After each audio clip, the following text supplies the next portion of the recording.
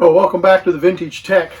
I have a lot of pieces of equipment to share with you today. It won't be a long video, but we were cleaning out some 40, maybe 50 years of storage in the facility where I work, and we began to pull out pieces of test gear that had been purchased back in the late 60s, early 70s, some 80s, early 80s. And I purchased most of these pieces of equipment or used it in my early days of heating and air conditioning and electronic or electrical repair at the facility. So I put them all together. There's 1, 2, 3, 4, 5, 6 or 7 pieces here that I'm going to share with you real quickly. Just random vintage electronic gear that meant a lot to me over the years, and I learned some of the trades over the years in using this equipment. And so anyway, I hope you enjoy this short video. Well, the first piece of gear that I'd want to show you is the Hermetic Analyzer. I purchased it back in the late 80s, and the Hermetic Analyzer hooks up to the compressor on an air conditioning unit or a refrigerator, any kind of refrigeration device. And you've got a chassis ground wire and the start, run, and common leads that hook to the compressor. And then you can turn the master switch on and check the windings on the starting and running windings. And then you can press the start button to make the compressor run, and it should start and run. And then, of course, you got different capacitor sizes here. And then the value of this analyzer was that it also give you the ability to run the compressor backwards. So you could back the compressor up in a case of a lockup, and it would reverse the compressor and free up the bearings on the compressor, and then you could put it back in forward, and sometimes you could salvage a compressor. So this was one of the pieces of gear that we dug out of the storage, and it's the Gemline model TA200 air conditioner compressor analyzer, Hermetic Analyzer.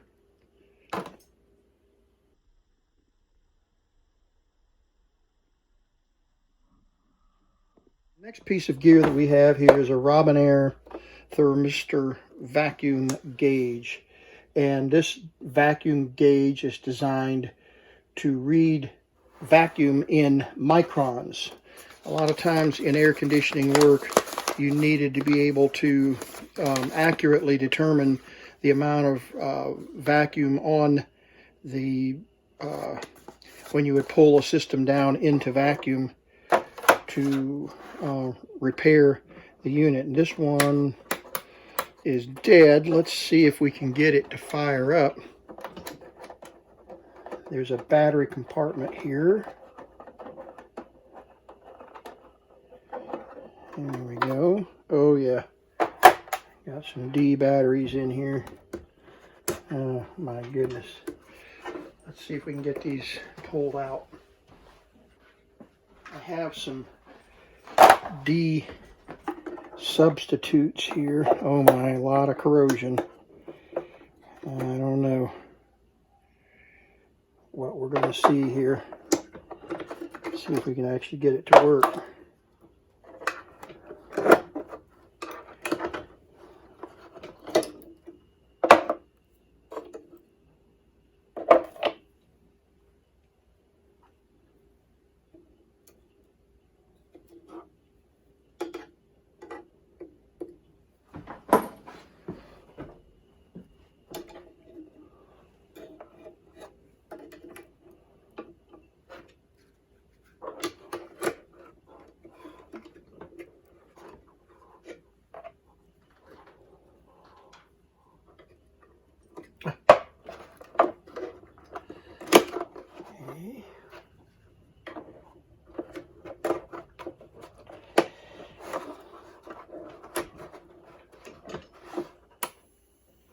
Okay, that's working.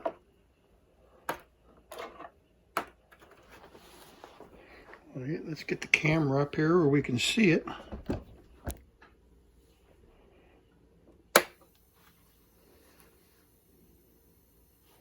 Okay, so the LCD screen will determine the amount of vacuum. I don't have a vacuum pump up here in the shack.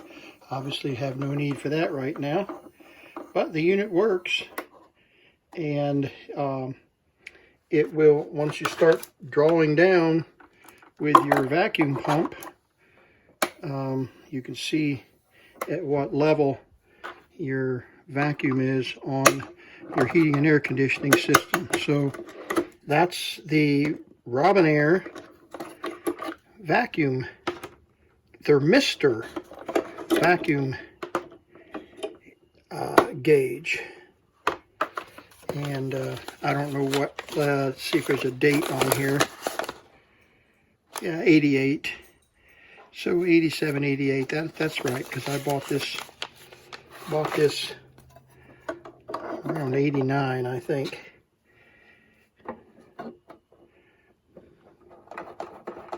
Okay, so let's check the next piece of gear. I know this piece of gear will be familiar to many of you. If any of you have ever worked on electrical equipment, you have probably owned an amp probe. Click that over the lead of an AC circuit, and it'll read the amperage. This meter also came with a couple of test leads to be able to do voltage measurements. As you can see here, there's the voltage range up to 600 volts, and this would read up to 300 amps. And then it also has, and you can see the range there, the scale there in ohms range, and let's see, there's a fuse and a battery in there, and this is broken. But let's just, for giggles, hook this up.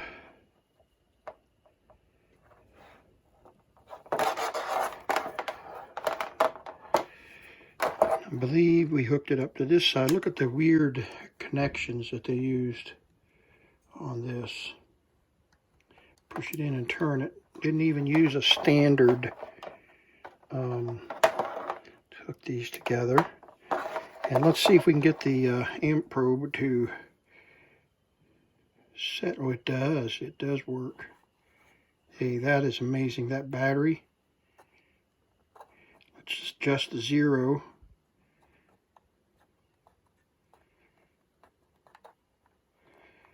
Well, come on here.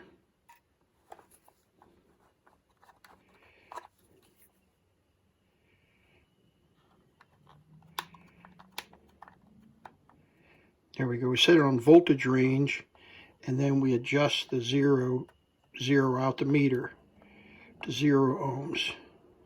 And then we can check resistance readings. So, and then this also had so let's just pretend that we had checked a resistance reading, and we had 5 ohms. We can lock the meter with the lock, and it holds the meter pin. It just jams a bar over the deflection and locks the meter in place. So that's the amp probe.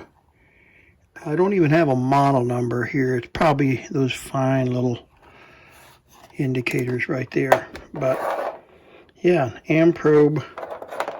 Now we're missing, oh, here it is. Yeah, this is the other end for voltage check. So I could put one lead here and one lead here, and I could go around and do voltage checks with the unit that way. So that's just impressive.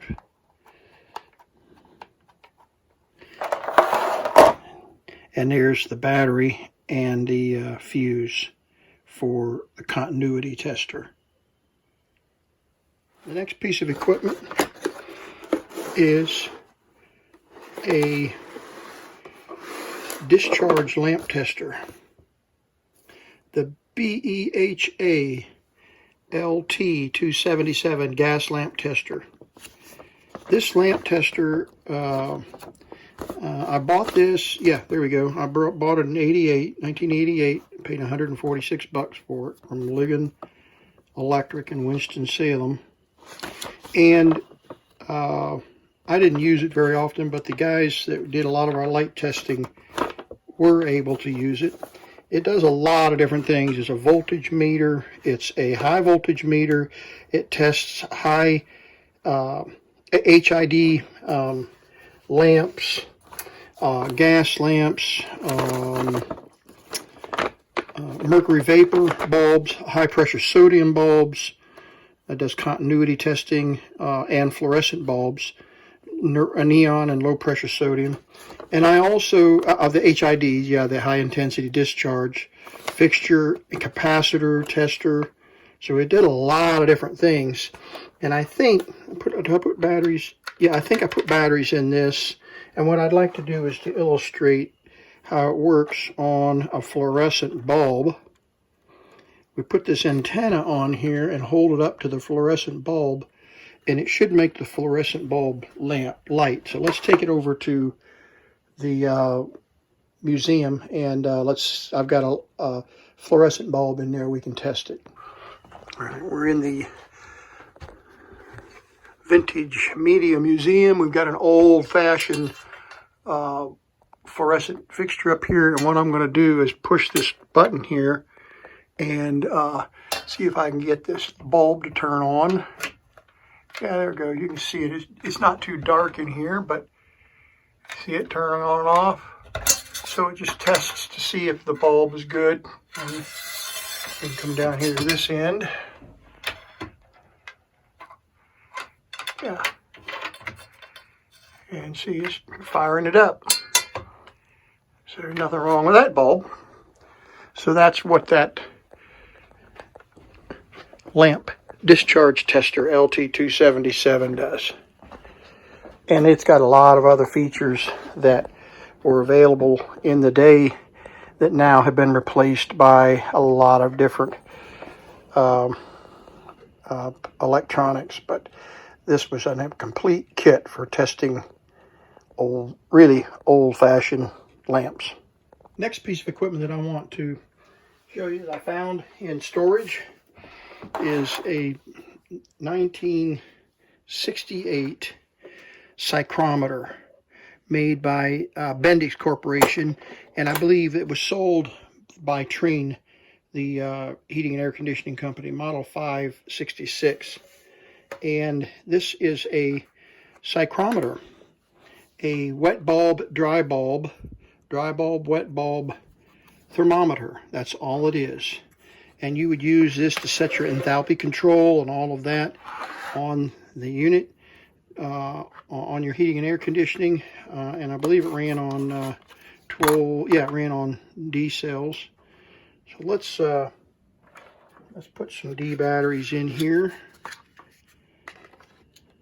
See, what are those D batteries? Let me show you. These are some 1 volt, 1.5 volt A batteries slid into, and you can set put 2 batteries in here for 3 volts and set it for 3 volts as opposed to 1.5 volts. Okay, so here's that one, and there's that one. Okay, slide this over. See if we can get I can get it to run.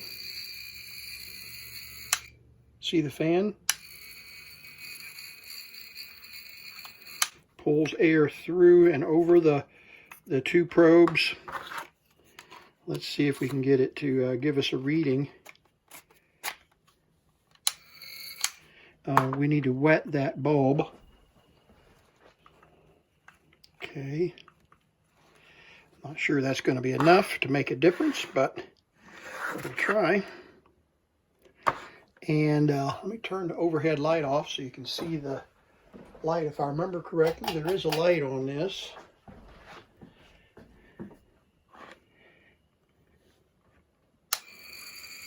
Yeah, there it is. And the fan is running. So let's just watch. Let me zoom in. And let's watch the temperatures.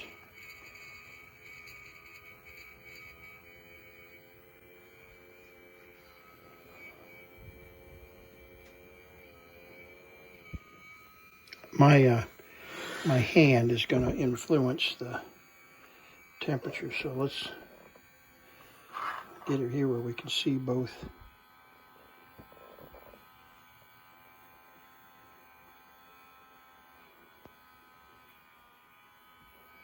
This is the wet bulb and this is the dry bulb. So the wet bulb is reading 65. The dry bulb is reading 67. So you would take a scale. You would use this. Little slide rule, and you would determine what the percent of relative humidity is based on the wet and dry bulb. So that's what this was for. That's what this was designed for. And that's pretty cool. It's even got a little dim light bulb there in it. And the temperature is, yeah, leveling off at 60, 67 and 65. I don't know what I said earlier, but 67 and 65. So this thing still runs. Made by the Bendix Corporation. Save the best for last. And the reason I say this is because I had misplaced this. It's been many years. I bought this in the early 80s, and I was running my own business at the time. And look here. Let me zoom in on the Kent's Repair Service. Yep, that was me. And I had this temperature probe, 4-channel temperature, 4-channel thermometer, and battery needs to be replaced, obviously, and don't even know if we can get the, let's see if we can get the meter to center.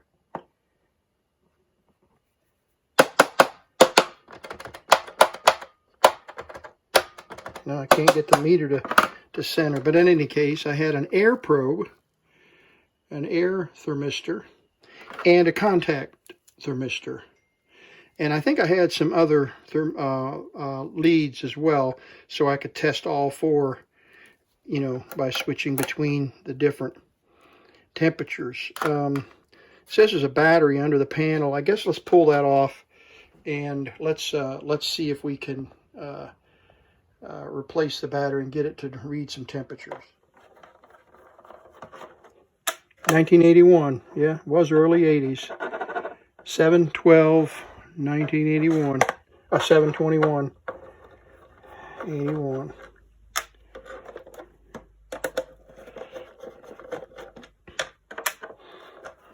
I don't remember what this used. I think it might have used a 9-volt, but we'll see. Sure did. Caution, check polarity when placing the battery, or you'll blow it up. And I think I did, and had to replace a couple of these. I think that was what happened. Let's get this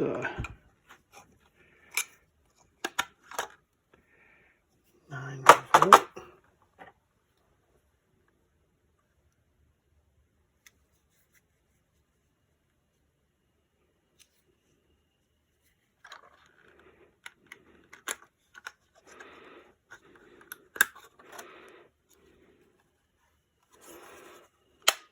Okay, we got a battery reading now. Not sure why we can't get the meter to read 0.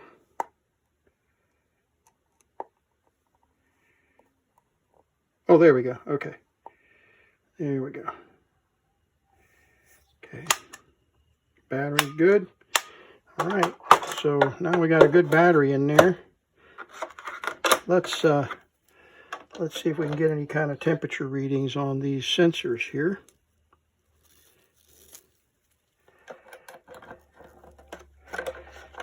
All right, so there's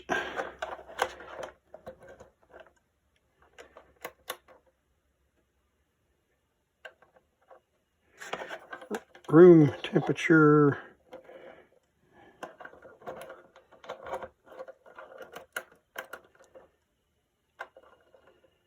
Okay, we definitely got a problem. Oh, go to low. There we go. It says it's 59 degrees, if you can go by that. Clearly we got dirty connections, don't we?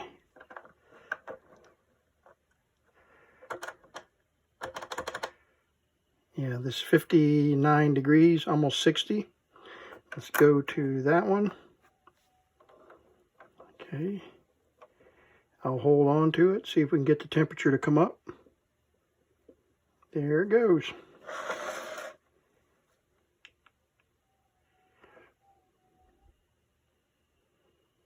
Okay. And if I blow on this,